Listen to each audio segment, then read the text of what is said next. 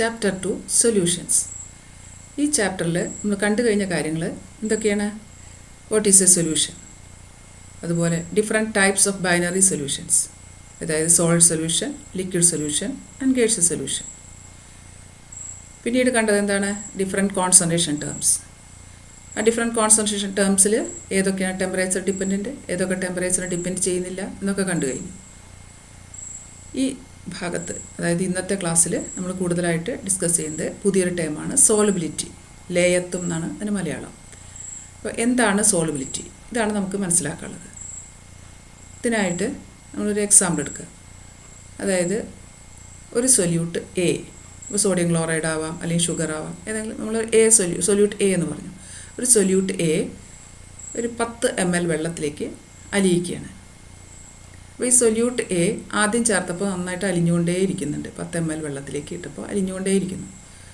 ഒരു 2 ഗ്രാമൊക്കെ ചേർത്ത് കഴിഞ്ഞപ്പോൾ എന്ത് മനസ്സിലായി? പിന്നീട് ഇടുന്ന സോൾട്ട് അല്ലെങ്കിൽ നമ്മുടെ സൊല്യൂട്ട് അതിൽ ഡിസോൾവ് ചെയ്യുന്നില്ല. ആ സൊല്യൂട്ട് അതിൽ അതേപോലെ കിടക്കുന്നുണ്ട്. നമുക്ക് കാണുന്നുണ്ട് ആ വെള്ളത്തിൽ സൊല്യൂട്ട് കിടക്കുന്നത്. എത്ര ഷേക്ക് ചെയ്താലും എന്തൊക്കെ ചെയ്താലും അത് ഡിസോൾവ് ചെയ്യുന്നില്ല. ടെമ്പറേച്ചർ കൂട്ടാൻ പാടില്ല. ടെമ്പറേച്ചർ സ്പെസിഫിക് ആയിരിക്കണം, സ്പെസിഫൈഡ് ടെമ്പറേച്ചർ, കോൺസ്റ്റൻറ്റ് ടെമ്പറേച്ചർ ആയിരിക്കണം. ടെമ്പറേച്ചർ കൂട്ടാതെ ബാക്കി നന്നായിട്ട് ഇളക്കി നോക്കി എന്തും ഡിസോൾവ് ചെയ്യുന്നില്ല. അപ്പോൾ നമ്മളെന്ത് പറയും? ആ സൊല്യൂഷൻ ഒരു സാച്ചുറേറ്റഡ് സൊല്യൂഷനായി. സാച്ചുറേറ്റഡ് സൊല്യൂഷൻ ആയി കഴിഞ്ഞാലാണ് നമുക്ക് പിന്നെ എത്ര സൊല്യൂട്ട് ഇട്ടാലും ഡിസോൾവ് ചെയ്യാത്തൊരവസ്ഥയിലേക്ക് എത്തുന്നത്. അതായത് the state in which no more solute can be added, that is known a saturated solution. അപ്പോൾ 2 ഗ്രാം എ എന്നുള്ള സൊല്യൂട്ട് ഇട്ടപ്പോഴാണ് സാച്ചുറേറ്റഡ് സൊല്യൂഷൻ കിട്ടിയത്. 10 ml ആണ് വെള്ളം. അതായത് കോൺസ്റ്റൻറ്റ് എമൗണ്ട് ആയിരിക്കണം, സോൾവെൻറ്റ് സ്പെസിഫൈഡ് എമൗണ്ട് ആയിരിക്കണം, കോൺസ്റ്റൻറ്റ് എമൗണ്ട് ആയിരിക്കണം, ടെമ്പറേച്ചർ കോൺസ്റ്റൻ്റ് ആയിരിക്കണം. അപ്പോൾ അങ്ങനെയാണ് നമ്മൾ സോൾബിലിറ്റി കമ്പയർ ചെയ്യുക രണ്ട് സൊല്യൂട്ടിൻ്റെ. ഇനി വീണ്ടും നമ്മൾ സൊല്യൂട്ട് ബി എടുത്തു. ഇതേ അളവിൽ 10 ml വാട്ടറിലേക്ക് ഇട്ടു. അപ്പോൾ ഒരു 5 ഗ്രാം ചേർത്ത് കഴിഞ്ഞപ്പോഴാണ് ഏത് സ്റ്റേറ്റിലേക്ക് എത്തിയത്? സാച്ചുറേറ്റഡ് സൊല്യൂഷൻ എന്നുള്ള സ്റ്റേറ്റിലേക്ക് എത്തിയത്. അപ്പോൾ അവിടെ maximum amount of solute 5 gram ആണ് ബി എന്നുള്ള സൊല്യൂട്ടിൻ്റെ കേസിൽ. എ എന്നുള്ള സൊല്യൂട്ടിൻ്റെ കേസിൽ maximum amount of solute dissolved 2 gram ആണ്. അപ്പോൾ ഏതിനാണ് സോൾബിലിറ്റി കൂടുതൽ? ബി എന്നുള്ള സൊല്യൂട്ടിനാണ് സോൾബിലിറ്റി കൂടുതൽ. കാരണം 5 ഗ്രാമിന് ഡിസോൾവ് ചെയ്യിക്കാൻ പറ്റിയല്ലോ. 5 ഗ്രാമിന് അലിയാനുള്ള കഴിവുണ്ട്, കൂടുതൽ അലിയാനുള്ള കഴിവുണ്ട്. അതായത് സോൾബിലിറ്റി കൂടുതലാണ് ബി എന്നുള്ള സൊല്യൂട്ടിന്. അപ്പോൾ നമുക്ക് ക്ലിയറായി സോൾബിലിറ്റി എന്ന് പറഞ്ഞാൽ ഒരു സോൾവെൻറ്റിൽ ഡിസോൾവ് ചെയ്ത് കിടക്കുന്ന സൊല്യൂട്ട് എത്രത്തോളം ഉണ്ട്, മാക്സിമം എത്രത്തോളം സൊല്യൂട്ട് ഡിസോൾവ് ചെയ്യാൻ പറ്റിയിട്ടുണ്ട് എന്നുള്ളതാണ്. എന്ത് രണ്ടും കോൺസ്റ്റൻ്റ് ആയിരിക്കണം? ആ സോൾവെൻറ്റിൻ്റെ അളവ് കോൺസ്റ്റൻ്റ് ആയിരിക്കണം, ടെമ്പറേച്ചറും കോൺസ്റ്റൻ്റ് ആയിരിക്കണം. അപ്പോൾ നമുക്ക് വേണമെങ്കിൽ പറയാം എന്താണ്? Solubility is the fraction of solute present in a particular amount of solvent at a particular temperature. ഒരു സൊല്യൂട്ട് എത്ര ഫ്രാക്ഷൻ ഉണ്ട് സോൾവെൻറ്റിൽ. ഫ്രാക്ഷൻ എന്ന് ഉദ്ദേശിക്കുന്നത് നമ്മൾ മോൾ ഫ്രാക്ഷൻ എന്നൊരു ടേമിലേക്ക് കടക്കാൻ വേണ്ടിയിട്ടാണ് ആ ഒരു ഫ്രാക്ഷൻ എന്നുള്ള ടേം ഇവിടെ ഉപയോഗിച്ചത്. സോൾവെൻറ്റിൽ എത്ര ഫ്രാക്ഷൻ സൊല്യൂട്ട് ഡിസോൾവ് ചെയ്ത് കിടക്കുന്നുണ്ട്, അതാണ് നമുക്ക് സോൾബിലിറ്റി ആയിട്ട് നമുക്ക് കണക്കാക്കാം. അടുത്തത് നമ്മൾ പഠിച്ചു, പലതരം സൊല്യൂഷൻസ് പഠിച്ചു. ഏതൊക്കെയായിരുന്ന പലതരം solutions? Gaseous solution, liquid solution, solid solution. ഇപ്പോൾ ഗേഷ്യസ് സൊല്യൂഷൻ എന്ന് പറഞ്ഞാൽ ഗ്യാസാണ് സോൾവെൻറ്റ്. ലിക്വിഡ് സൊല്യൂഷനിലെല്ലാം ലിക്വിഡാണ് സോൾവെൻറ്റ്. സോളിഡ് സൊല്യൂഷനിലൊക്കെ സോളിഡായിരുന്നു സോൾവെൻറ്റ്. അപ്പോൾ അതായത് 9 ടൈപ്പാണ് ടോട്ടൽ വന്നത്. അതിൽ ഈ ലിക്വിഡ് സൊല്യൂഷനാണ് ഇനി നമ്മൾ കൂടുതൽ ഫോക്കസ് ചെയ്യുക. ലിക്വിഡ് സൊല്യൂഷൻസ് അതിനെക്കുറിച്ചിട്ടാണ് ഡീറ്റെയിൽ ആയിട്ട് പഠിക്കുക. അതിൽ തന്നെ ലിക്വിഡ് സൊല്യൂഷൻ എന്ന് പറഞ്ഞാൽ എന്താണ്? സോൾവെൻറ്റ് ലിക്വിഡ് ആയിരിക്കും. സൊല്യൂട്ട് ഏതൊക്കെയാവാം? സോളിഡ് ആവാം, ലിക്വിഡ് ആവാം, ഗ്യാസ് ആവാം. അപ്പോൾ അതിൽ ആദ്യം പഠിക്കുന്നത് സോളിഡ് ലിക്വിഡ് എന്നുള്ള കോമ്പിനേഷൻ. അതായത് ഈ മൂന്നാമത് ഇരിക്കുന്നത് സോളിഡ് ലിക്വിഡ് കോമ്പിനേഷൻ. സോൾവെൻറ്റ് ലിക്വിഡാണ്, സൊല്യൂട്ട് സോളിഡാണ്. അതായത് ഒരു ലിക്വിഡിലേക്ക് സോളിഡ് ഡിസോൾവ് ചെയ്യുക. എക്സാമ്പിൾ പറയാം, ഉപ്പ് വെള്ളത്തിലിട്ട് അലിയിക്കുക, അല്ലെങ്കിൽ ഷുഗർ വെള്ളത്തിൽ അലിയിക്കുക. അതൊരു എക്സാമ്പിളാണ്. ഗ്ലൂക്കോസ് വെള്ളത്തിൽ അലിയിക്കുക. അതൊക്കെ സോളിഡ് ലിക്വിഡിൽ ഡിസോൾവ് ചെയ്യുന്ന പ്രോസസ്സാണ്. ഈ പ്രോസസ്സാണ് ഫസ്റ്റ് നമ്മൾ പഠിക്കുക. അതിനുശേഷം ഗ്യാസ് ലിക്വിഡിൽ ഡിസോൾവ് ചെയ്യുമ്പോൾ അതിനെ അഫക്റ്റ് ചെയ്യുന്ന ഫാക്ടേഴ്സ് എന്തൊക്കെയാണ്, അതാണ് നമുക്ക് അടുത്തതായിട്ട് ഡിസ്കസ് ചെയ്യാം. അപ്പോൾ ഈ 2 കാര്യങ്ങളാണ് ഇപ്പോൾ നമുക്ക് ഈ ക്ലാസ്സിൽ പറയാനുള്ളത്. സോളിഡ് ഇൻ ലിക്വിഡ് ഡിസൊല്യൂഷനും ഗ്യാസ് ഇൻ ലിക്വിഡ് ഡിസൊല്യൂഷനും ഏതൊക്കെ ഫാക്ടേഴ്സിനെ ഡിപ്പെൻഡ് ചെയ്യുന്നു എന്നുള്ളതാണ് നമുക്ക് ഡീറ്റെയിൽ ആയിട്ട് പറയാനുള്ളത്. അപ്പോൾ നമുക്കിവിടെ മനസ്സിലായിട്ട് ഏതൊക്കെയാണ്? ഫസ്റ്റ് പറയുന്നത് സോളിഡ് ഇൻ ലിക്വിഡ്. സോളിഡ് ഒരു ലിക്വിഡിൽ അലിയിക്കുമ്പോൾ അതിനെ ഡിപ്പെൻഡ് ചെയ്യുന്ന ഫാക്ടേഴ്സ് ഏത്, ആ സോളബിലിറ്റീനെ ഡിപ്പെൻഡ് ചെയ്യുന്ന ഫാക്ടേഴ്സ്. സോളിഡിൻ്റെ സ്വഭാവം, ലിക്വിഡിൻ്റെ സ്വഭാവം തീർച്ചയായും സോളബിലിറ്റിനെ ഡിപ്പെൻഡ് ചെയ്യുന്നുണ്ട്. അതായത് സോളിഡ് എന്ന് പറഞ്ഞാൽ അവിടെ സൊല്യൂട്ടാണ്, ലിക്വിഡ് എന്ന് പറഞ്ഞാൽ സോൾവെൻ്റ് ആണ്. അതാണ് nature of solvent, nature of solute. Second factor temperature. സോളബിലിറ്റീനെ ഡിപ്പെൻഡ് ചെയ്യുന്ന second factor temperature. Third factor pressure. ഇപ്പോൾ factors affecting solubility of a solid and liquid, nature of solute and solvent, temperature, pressure. ഇതൊക്കെയാണ് ഇപ്പോൾ ക്ലിയറായി. ഇത് ഏതൊക്കെ തരം solvent, എങ്ങനെയൊക്കെ സോൾവെൻറ്റും സൊല്യൂട്ടും വന്നാലാണ് ഡിസോൾവ് ചെയ്യുക കൂടുതൽ, എപ്പോഴാണ് ഡിസോൾവ് ചെയ്യാതിരിക്കുക. അതാണ് ഫസ്റ്റ് നമ്മൾ nature of solute and solvent എന്നുള്ള ടോപ്പിക്കാണ് ഫസ്റ്റ് ഇവിടെ കാണിച്ചിട്ടുള്ളത്. എങ്ങനെയാണ് പറഞ്ഞിട്ടുള്ളത്? സൊല്യൂട്ടും സോൾവെൻറ്റും ഒരുപോലെയാണെങ്കിൽ അത് ഡിസോൾവ് ചെയ്യും. അതായത് ലൈക്ക് ഡിസോൾവ്സ് ലൈക്ക്, ഈ ഒരു വാക്കാണ്, ഒരു കാര്യമാണ് നമ്മൾ ഓർത്ത് വയ്ക്കുക. Like dissolves like. ഇത് ഒരേ സ്വഭാവമുള്ളവർ പെട്ടെന്ന് കൂടിച്ചേരും. ആ ഒരു പോയിന്റ് ഓർത്ത് വെച്ചാൽ മതി. അതായത് പോളാറാണ് സൊല്യൂട്ടെങ്കിൽ പോളാർ സോൾവെൻറ്റിനെയാണ് ഇഷ്ടപ്പെടുക, അതിലാണ് ഡിസോൾവ് ചെയ്യുക. ഇനി നോൺ പോളാറാണ് സൊല്യൂട്ടെങ്കിൽ നോൺ പോളാർ സോൾവെൻറ്റിനെയാണ് ഇഷ്ടപ്പെടുക, നോൺ പോളാർ സോൾവെൻറ്റിലാണ് അറിയുക. പോളാർ സോൾവെൻറ്റ് നമുക്ക് അറിയാം, ഏറ്റവും കോമൺ ആയിട്ടുള്ള എക്സാമ്പിൾ ഏതാണ്? വെള്ളം, വാട്ടർ പോളാർ സോൾവെൻറ്റാണ്. ഇനി നോൺ പോളാർ സോൾവെൻറ്റ് ഏതൊക്കെയായിരിക്കും? നമ്മുടെ ഓർഗാനിക് ആയിട്ടുള്ള സോൾവെൻറ്റ്, അതായത് കാർബൺ ടെട്രാക്ലോറൈഡ്, ബെൻസീൻ, ക്ലോറോഫോം, ഇതൊക്കെയാണ് ഈ നോൺ പോളാർ സോൾവെൻറ്റ്. അപ്പോൾ നമുക്കിപ്പോൾ ബെൻസീൻ എടുക്കാം എക്സാമ്പിളായിട്ട്. ബെൻസീൻ, അപ്പോൾ ബെൻസീനിൽ എന്ത് അലിയില്ല? നമ്മുടെ സോഡിയം ക്ലോറൈഡ് അലിയില്ല. കാരണം സോഡിയം ക്ലോറൈഡ് പോളാറാണ്, അയോണിക് കോമ്പൗണ്ടാണല്ലോ, പോളാറാണ്. പോളാറിലേ അലിയുള്ളൂ, വെള്ളത്തിലേ അലിയുള്ളൂ. സോഡിയം ക്ലോറൈഡ് പോളാറാണ്. സോഡിയം ക്ലോറൈഡ് പോളാറായതുകൊണ്ട് നോൺ പോളാറായ ബെൻസീനിൽ അലിയില്ല. നേരെ മറിച്ച് നാഫ്തലീൻ എടുത്തു. നാഫ്തലീൻ നോൺ പോളാറാണ്. നാഫ്തലീൻ ഒരു ഓർഗാനിക് കോമ്പൗണ്ടാണ്. നമ്മുടെ നാഫ്തലീൻ ഗുളികകൾ അല്ലേ, പാറ്റയുടെയൊക്കെ ഗുളിക. അപ്പോൾ നാഫ്തലീൻ ബോൾസ് എടുത്തിട്ട് വെള്ളത്തിലേക്കിട്ടാൽ ഡിസോൾവ് ചെയ്യില്ല അത്. കാരണം ഇത് നാഫ്തലീൻ നോൺ പോളാറാണ്, വെള്ളം പോളാറാണ്. പകരം എന്തിൽ ഡിസോൾവ് ചെയ്യും? നാഫ്തലീൻ നോൺ പോളാറായ നാഫ്തലീൻ നോൺ പോളാർ സോൾവെൻ്റായ ബെൻസീനിൽ ഡിസോൾവ് ചെയ്യും. അപ്പോൾ അതായത് ഇൻ്റർമോളിക്കുലർ ഇൻട്രാക്ഷൻസ് ഒരുപോലെയാണെങ്കിലേ ഡിസോൾവ് ചെയ്യാൻ പറ്റുള്ളൂ. അപ്പോൾ പോളാറും തമ്മിലെ ഇൻ്റർമോളിക്കുലർ ഇൻട്രാക്ഷൻ സിമിലറാണ്. നോൺ പോളാറും ആകുമ്പോൾ ഇൻ്റർമോളിക്കുലർ ഇൻട്രാക്ഷൻ സിമിലറാണ്. അതുകൊണ്ടാണ് ലൈക്ക് ഡിസോൾവ്സ് ലൈക്ക് എന്നൊരു വാക്ക് ഓർത്ത് വെച്ചാൽ മതി. സോളബിലിറ്റി ഓഫ് സോളിഡ് ഇൻ ലിക്വിഡിൽ എങ്ങനെയാണ് നേച്ചർ ഓഫ് സൊല്യൂട്ടും സോൾവെൻറ്റും വരുന്നത്? ഒരേ സ്വഭാവമുള്ളത് അതേ സ്വഭാവമുള്ള സോൾവെൻറ്റിൽ സൊല്യൂട്ട് അലിയും എന്നുള്ളതാണ് നമുക്ക് മനസ്സിലായ പോയിന്റ്. ഡിഫറെൻറ്റ് നേച്ചറാണെങ്കിൽ അത് അത്ര വേഗം ഡിസോൾവ് ചെയ്യില്ല, മിക്സ് ചെയ്യില്ല എന്നുള്ളൊരു പോയിന്റ് നമുക്ക് മനസ്സിലായി കഴിഞ്ഞു. ഇനി നമുക്ക് അടുത്ത പോയിന്റ് എന്താ പറയുന്നത്? ടെമ്പറേച്ചർ എങ്ങനെയാണ് ഡിപ്പെൻഡ് ചെയ്യുക എന്നുള്ളതാണ് അല്ലേ. ടെമ്പറേച്ചർ, അതിന് മുൻപായിട്ട് നമുക്ക് 2-3 ടേംസ് പറഞ്ഞു കഴിഞ്ഞ് തന്നെയാണ്, എങ്കിലും ഒന്നുകൂടെ പറയാം. അൺസാച്ചുറേറ്റഡ് സൊല്യൂഷൻ, സാച്ചുറേറ്റഡ് സൊല്യൂഷൻ, അതുപോലെ ഒരു ഡൈനാമിക് ഇക്വിലിബ്രിയം. ഈ 3 കാര്യങ്ങളാണ് പറയാനുള്ളത്.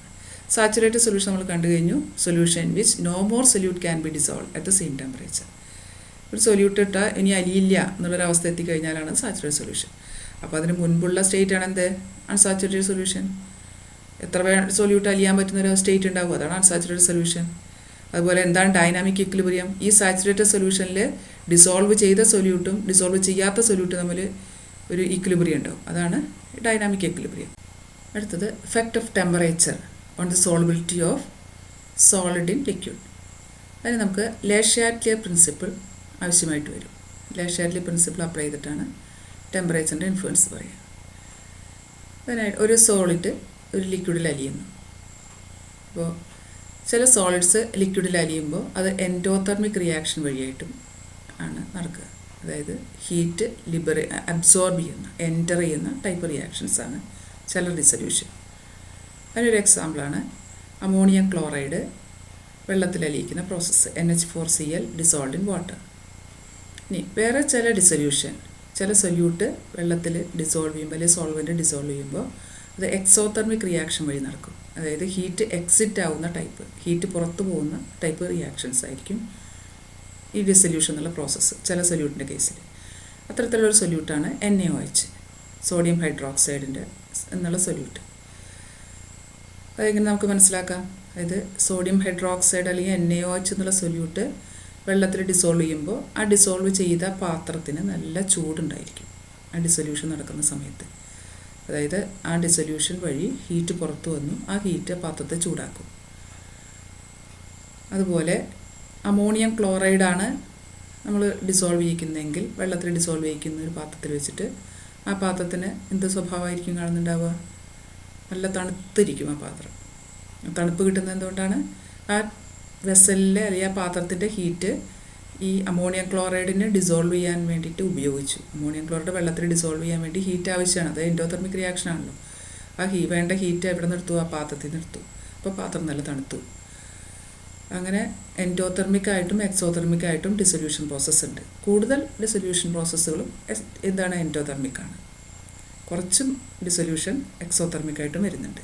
ചില സൊല്യൂട്ട് എക്സോതെർമിക്കായിട്ടും കുറേ അധികം സൊല്യൂട്ടുകൾ എൻഡോതെർമിക്കായിട്ടാണ് അലിയുക. അതായത് അപ്പോൾ നമുക്ക് ഇനി ടെമ്പറേച്ചർ ഇൻഫ്ലുവൻസ് പറയാൻ എങ്ങനെയാണ്? ലേ ഷാഡ്ലി പ്രിൻസിപ്പിൾ വെച്ചിട്ട് എൻഡോതെർമിക് റിയാക്ഷൻ നടക്കാൻ നമ്മൾ ലേ ഷാഡ്ലി പ്രിൻസിപ്പിൾ അനുസരിച്ച് എന്താണ്?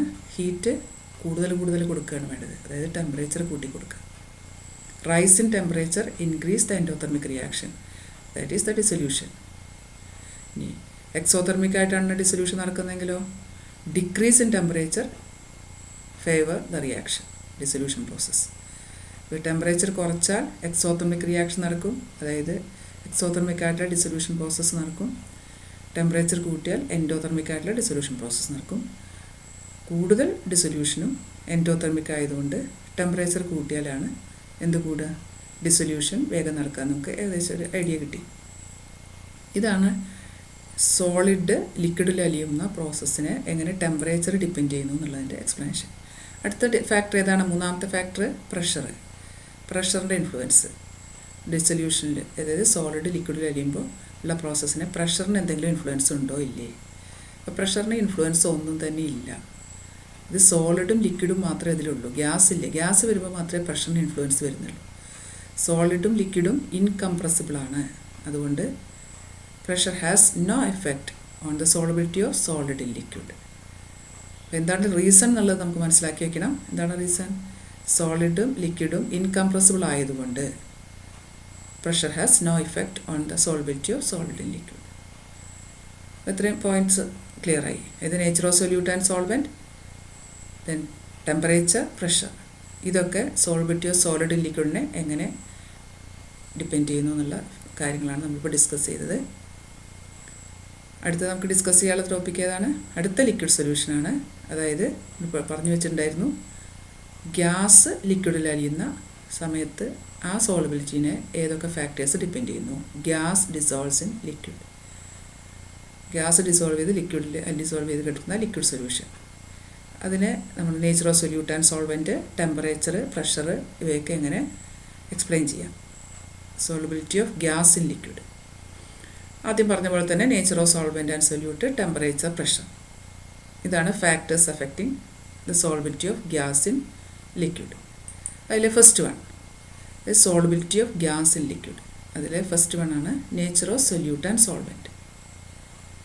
നമ്മൾ ആദ്യം പറഞ്ഞ പോലെ തന്നെ അല്ലേ, സോളിഡ് ഇൻ ലിക്വിഡ് പറഞ്ഞപ്പോഴും ഫസ്റ്റ് പറഞ്ഞത് nature of solute and solvent ആണ്. ഇപ്പോൾ ഗ്യാസ് ഇൻ ലിക്വിഡിൻ്റെ ഡിസൊല്യൂഷൻ പറയുമ്പോഴും ഫസ്റ്റ് പറയുന്നത് സൊല്യൂട്ട് സോൾവെൻറ്റിൻ്റെ നേച്ചറാണ്. അവിടെ നമ്മൾ പറഞ്ഞു പോളാറിൽ അലിയും, നോൺ പോളാറിൽ അലിയും, ലൈക്ക് ഡിസോൾവ്സ് ലൈക്ക്. ഏകദേശം അതിനോട് സിമിലർ ആയിട്ടുള്ള കാര്യം തന്നെയാണ് ഇവിടെയും പറയുന്നത്. കെമിക്കൽ സിമിലാരിറ്റി വേണം. അതായത് ഈ അലിയുന്ന ഗ്യാസും എന്തിലാണോ അലിയുന്ന ആ സോൾവെൻറ്റും തമ്മിൽ ഒരു കെമിക്കൽ സിമിലാരിറ്റി ഉണ്ടായിരിക്കണം. ഇവിടെ കെമിക്കൽ സിമിലാരിറ്റി, ഗ്യാസിൻ്റെ കേസിൽ കെമിക്കൽ സിമിലാരിറ്റി എന്ന് പറഞ്ഞാൽ എന്താണ്? ഇത് ഈസിലി ലിക്വിഫയബിൾ ഗ്യാസസ് ഉണ്ട്, അത്ര പെട്ടെന്ന് ലിക്വിഡ് ആക്കാൻ പറ്റാത്ത ഗ്യാസസ് ഉണ്ട്. ഇത് പെർമനൻറ്റ് ഗ്യാസ് എന്നൊക്കെ നമുക്ക് വേണമെങ്കിൽ പറയാതെ. ഓക്സിജൻ, ഹൈഡ്രജൻ, നൈട്രജൻ, അതായത് എലമെൻ്ററി ഫോമിലുള്ള ഗ്യാസസൊക്കെ എന്തിൽ വരും? ഇതൊരു എലമെൻറ്റ് മാത്രമല്ല ഗ്യാസുകൾ, O2, N2, H2, അതൊക്കെ നമ്മൾ പെർമനൻറ്റ് ഗ്യാസിലാണ് പറയുക എക്സാമ്പിൾസ് ആയിട്ട്. പെട്ടെന്ന് ലിക്വിഡാക്കാൻ പറ്റില്ല അവയെ, അതുകൊണ്ടാണ് പെർമനൻറ്റ് ഗ്യാസ്. നേരെ മറിച്ച് കോമ്പൗണ്ട് ഫോമിലുള്ള ഗ്യാസുകൾ, hydrogen chloride, carbon dioxide, CO2, HCl, SO2, അത്തരത്തിലുള്ള കോമ്പൗണ്ട് ഫോമിലുള്ള ഗ്യാസുകളിൽ പ്രത്യേകത എന്താണ്? അവയെ പെട്ടെന്ന് ലിക്വിഫൈ ചെയ്യാൻ പറ്റും. അതാണ് ഈസിലി ലിക്വിഫയബിൾ ഗ്യാസസ്. അപ്പോൾ ഈസിലി ലിക്വിഫയബിൾ ഗ്യാസസ് ആണ് വെള്ളത്തിൽ ഡിസോൾവ് ചെയ്യുക പെട്ടെന്ന്. ആ കെമിക്കൽ സിമിലാരിറ്റി എന്ന് ഉദ്ദേശിക്കുന്നത് അതാണ്. ഇനി പെട്ടെന്ന് ലിക്വിഫൈ ചെയ്യാൻ പറ്റാത്ത, അതായത് പെർമനൻറ്റ് ഗ്യാസ് എന്ന് പറയുന്ന നമ്മുടെ O2, N2, H2 ഒക്കെ വെള്ളത്തിൽ അത്ര അധികം അലിയില്ല. കെമിക്കൽ സിമിലാരിറ്റി വെള്ളമായിട്ട് കുറവാണ്, അതുകൊണ്ട് അത്ര അധികം അലിയില്ല. ഇതാണ് എന്ത് nature of solute and solvent എന്നുള്ള ഇതിൽ നമ്മുടെ സോൾബിലിറ്റി ഓഫ് ഗ്യാസ് ഇൻ ലിക്വിഡിൽ പറയാനുള്ളത്. അപ്പോൾ എങ്ങനെയുള്ള ഗ്യാസാണ് ഡിസോൾവ് ചെയ്യുക? കെമിക്കൽ സിമിലാരിറ്റി ഉള്ള ഗ്യാസാണ് അതിനോട് സിമിലാരിറ്റി ഉള്ള ലിക്വിഡിൽ അഴിയും. ഇഫക്റ്റ് ഓഫ് ടെമ്പറേച്ചറിൻ്റെ ഇൻഫ്ലുവൻസ് പറയുകയാണെങ്കിൽ ഒരു ഗ്യാസ് ലിക്വിഡിൽ അലിയുന്ന പ്രോസസ്സ് എക്സോതെർമിക് പ്രോസസ്സ് ആയിരിക്കും. അപ്പോൾ നമുക്ക് ക്ലിയറായി എന്ത് ലേഷാറ്റിലെ പ്രിൻസിപ്പിൾ അപ്ലൈ ചെയ്യാം. അപ്പോൾ എന്ത് മനസ്സിലായി? എക്സോതെർമിക് റിയാക്ഷൻ നടക്കണമെങ്കിൽ ടെമ്പറേച്ചർ കുറയ്ക്കണം, കൂടുതൽ വേഗത്തിൽ നടക്കണമെങ്കിൽ. അപ്പോൾ ടെമ്പറേച്ചർ കുറഞ്ഞാലാണ് കൂടുതൽ ഗ്യാസ് അലിയുക എന്നുള്ള കാര്യം പിടികിട്ടി. കുറഞ്ഞ ടെമ്പറേച്ചറിലാണ് കൂടുതൽ ഗ്യാസ് ഡിസോൾവ് ചെയ്തെടുക്കുന്നുണ്ടാവുക. അപ്പോൾ നമുക്കിനി അടുത്ത ക്വസ്റ്റ്യൻ നോക്കാം. ഇതിൻ്റെ ആൻസർ ഇപ്പോൾ മനസ്സിൽ വന്നിട്ടുണ്ടാവും. Aquatic life is more comfortable in cold water than in warm water. Why? എന്തുകൊണ്ടാണ് തണുത്ത വെള്ളത്തിൽ കൂടുതൽ ജീവികൾ ജീവിക്കുന്നത്, അക്വാട്ടിക് ലൈഫ് ഉള്ളത്, ചൂടുള്ള വെള്ളത്തിലധികം ജീവിക്കാൻ പറ്റാത്തത്? എന്താ കാരണം? കോൾഡ് വാട്ടർ എന്ന് പറഞ്ഞാൽ അതിൽ ധാരാളം ഗ്യാസസ് ഡിസോൾവ് ചെയ്തെടുക്കുന്നുണ്ടാവും. കാരണം ടെമ്പറേച്ചർ കുറഞ്ഞാൽ കൂടുതൽ ഗ്യാസ് അലിയും. അപ്പോൾ കൂടുതൽ ഓക്സിജൻ ഉണ്ടാവും എന്ന് തന്നെ വേണമെങ്കിൽ പറയാം. ഓക്സിജൻ ഉണ്ടാവും. ഓക്സിജൻ കൂടുതലുണ്ടെങ്കിൽ കൂടുതൽ ലൈഫ് പോസിബിളാണല്ലോ അവിടെ. അപ്പോൾ അതാണ് കാരണം. അപ്പോൾ നമ്മൾ പറയാം aquatic life is more comfortable in cold water than in warm water. നമുക്ക് ക്ലാരിറ്റി കിട്ടി. അടുത്തതാണ് നമ്മുടെ ഈ ചാപ്റ്ററിൽ തന്നെ ഏറ്റവും പ്രധാനപ്പെട്ട ഒരു കാര്യമാണ് effect of pressure on the solubility of gas in liquid. Gas ലിക്വിഡിൽ അലിയുമ്പോൾ പ്രഷറിൻ്റെ ഇൻഫ്ലുവൻസ് എന്താണ് എന്നുള്ളതാണ് നമ്മുടെ അടുത്ത ഏറ്റവും പ്രധാനപ്പെട്ട പോയിൻ്റ്. അതിലാണ് നമ്മൾ ഹെൻറീസ് ലോ എന്നുള്ളൊരു ഇതിലേക്ക് കടന്നു വരുന്നത്. ഹെൻറീസ് ലോയും അതിൻ്റെ ആപ്ലിക്കേഷൻസും നമുക്ക് അടുത്ത ക്ലാസ്സിൽ ഡിസ്കസ് ചെയ്യാം. Thank you.